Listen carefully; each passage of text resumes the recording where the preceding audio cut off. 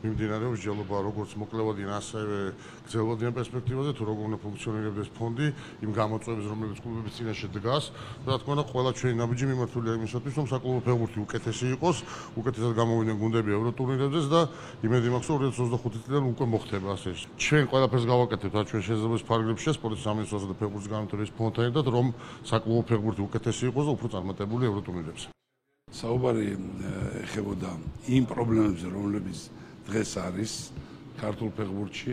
ყოველ შემთხვევაში ჩვენ გვინდა რომ უფრო უკეთესი იყოს მართალია წარმატებები გვაქვს, მაგრამ გვინდა რომ უფრო უკეთესი იყოს, სწორედ ამაზე იყო საუბარი და შევთანხმდით იმაზე, რომ შეიქმნება მუშა ჯგუფი, რომელიც რა თქმა უნდა ეს ფეხბურთის განვითარების ფონდთან ერთად, რომელიც იმუშავებს უახლოესი 5 წლის მანძილზე ფეხბურთის პროგრამას. დისკუსია მიმდინარეობს ზოგადად პირველი კითხვა-პასუხის რეჟიმი არის იმაზე, თუ რა საჭიროებები აქვს კლუბებს, რომ უფრო მეტად განვითარდეს თვითონ კლუბები და ჩვენი ჩემპიონატი.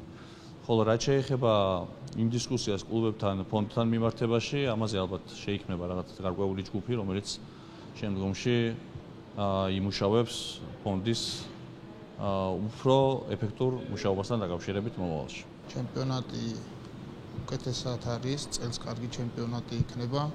რავი, დიდი იმედი მაქვს, რომ გუნდები ევრო თასებზე შედეგს დადებენ.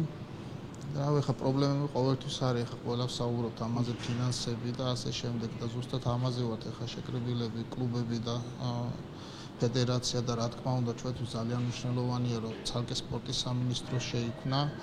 თვითონ მინისტრი მობრძანდა და უშუალოდ გვეკითხება თუ რა პრობლემები გვაქვს და ჩვენც უშუალოდ ველაპარაკებით.